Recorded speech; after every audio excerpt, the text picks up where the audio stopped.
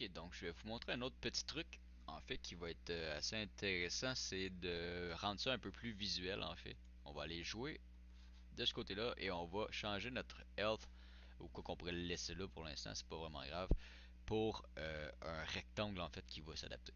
Donc, ce que je vais faire, je vais simplement ajouter un rectangle ici, qui va s'ajouter, et je vais le mettre de la forme que je veux. Donc, il est comment long à peu près? Oups, je l'ai perdu. Et ça, quand on le perd, il faudrait trouver le cadre. Ce sera pas facile. On va aller comme ça. Comment qu'il me dit 342? On va le mettre à 300. Et voilà. Comme ça va faire un chiffron. Ça va être plus facile à calculer. Il n'y a pas de question de pourcentage. Donc sinon, on peut faire un petit calcul aussi. Là. On va y aller comme on veut. Donc, ça va vous montrer quelques petites manipulations en fait par rapport aux propriétés plus visuelles. Donc, comment est-ce qu'on fait pour mettre un rectangle de couleur, par exemple? On va simplement aller Fill A. Il n'y a rien, il n'y a aucun pinceau. Ce qu'il faut faire, en fait, c'est aller chercher quelque chose comme ça. Donc, nous, ce qu'on va faire, c'est on va aller chercher une couleur unie. On va aller chercher un petit gris pâle, comme ça, ici. Hop, que je vais mettre en haut de ça, ici. Et à l'intérieur de ce rectangle-là, ben à l'intérieur, pas dans le code, mais sous le rectangle, je vais aller en ajouter un autre, qui lui, je vais le mettre rouge. Hop, on va le rendre beaucoup plus petit, ben beaucoup plus petit, considérablement plus petit, et on va l'étirer de chaque côté, hop, comme ça. C'est un petit peu, j'aimerais ça qu'il laisse un petit peu de marge, je vais grossir ça pour aller voir un petit peu davantage. Ouais, c'est un petit peu trop à mon goût, hop, comme ça fait probablement plus de sens, ouais. Donc là, on se fait une belle health bar comme ça, je vais aller la nommer en tant que telle, le background en arrière sera pas important, je vais l'appeler health bar, hop. Et après ça, on va pouvoir aller en fait changer son width selon ce qu'on fait. Donc, si on regarde la logique, on est à... C'est elle qu'il fallait qu'il soit à 300 en fait. Si on veut que ce soit un chiffron, que ce soit un petit peu plus réaliste. Et elle qui sera à 325. 320. Je sais pas. Wow, c'est qu'est-ce que j'ai fait? Genre 3200 ou quelque chose comme ça. 3330. Étrange. 330. 320, ça fait peut-être sens. C'est pas si mal. Donc, ça pourrait être égal partout, mais c'est pas vraiment ce qui nous importe pour l'instant. Donc, ça va être 300, l'autre est 330, ça va. On a notre nom unique qui est healthbar. Et là, ce qu'on va faire, en fait, on va faire la même chose. Je vais prendre ça, hop, je vais copier, coller. Ça va. Je sais que les balises sont non valides, ça va. On va l'appeler euh, healthbar enemy pour l'ennemi. Donc,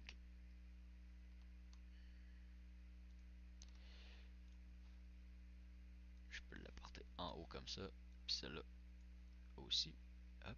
La logique, en fait, vous pouvez utiliser le Z-index, vous allez voir qui est ici. Donc, vous pouvez tricher avec le Z-index ou vous pouvez simplement, en fait, utiliser la hiérarchie. Donc, si c'est plus bas, c'est donc en plus c'est plus haut vu que ça a été ajouté après, finalement. C'est comme ça qu'il gère ce côté-là. Donc, on va aller placer ça en haut, ici, et on va aller mettre ça là-dedans. Et là, on va en faire une, je vais vous laisser faire la deuxième de votre côté. Donc, on va faire que quand nous on attaque, ça va diminuer son health bar à lui. Donc, ce qu'on va faire en fait, c'est qu'on va lui dire quand on lui fait du dommage, donc dès qu'on va l'attaquer, moins help. Donc là, en fait, ce qu'on va faire, c'est qu'on va lui ajouter une ligne, on va l'appeler health bar enemy.width moins égal. En fait, c'est là qu'on va aller jouer avec ça. Donc là, ce serait 25 x 3. Donc là, je pourrais faire le 25 x 3, je pourrais transformer ça en pourcentage, ou je pourrais simplement, je sais que x 3, ça va faire x 75, parce que c'est vraiment des pixels en fait qui s'enlèvent, c'est pas les pourcentages. Donc lui, il va rapetisser à toutes les fois que ça fait ça.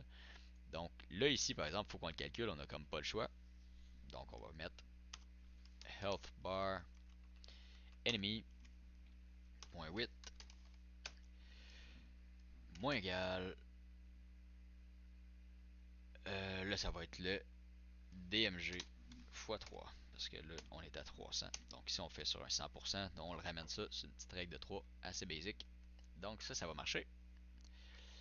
Et ce qu'on pourrait faire, c'est aussi pour le... On pourrait le faire pour le joueur, t'inquiète là. Donc,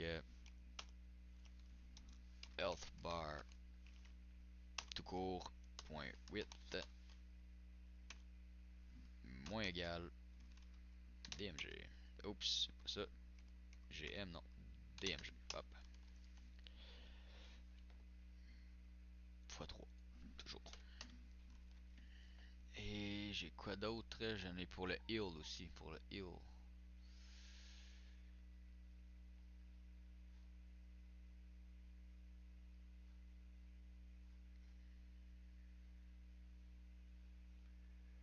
Je l'ai dessus. Clear health bar.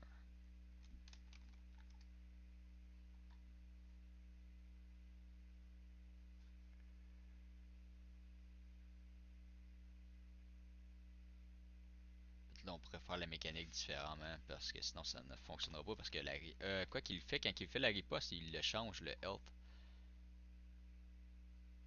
Donc en fait, le heal va marcher quand même.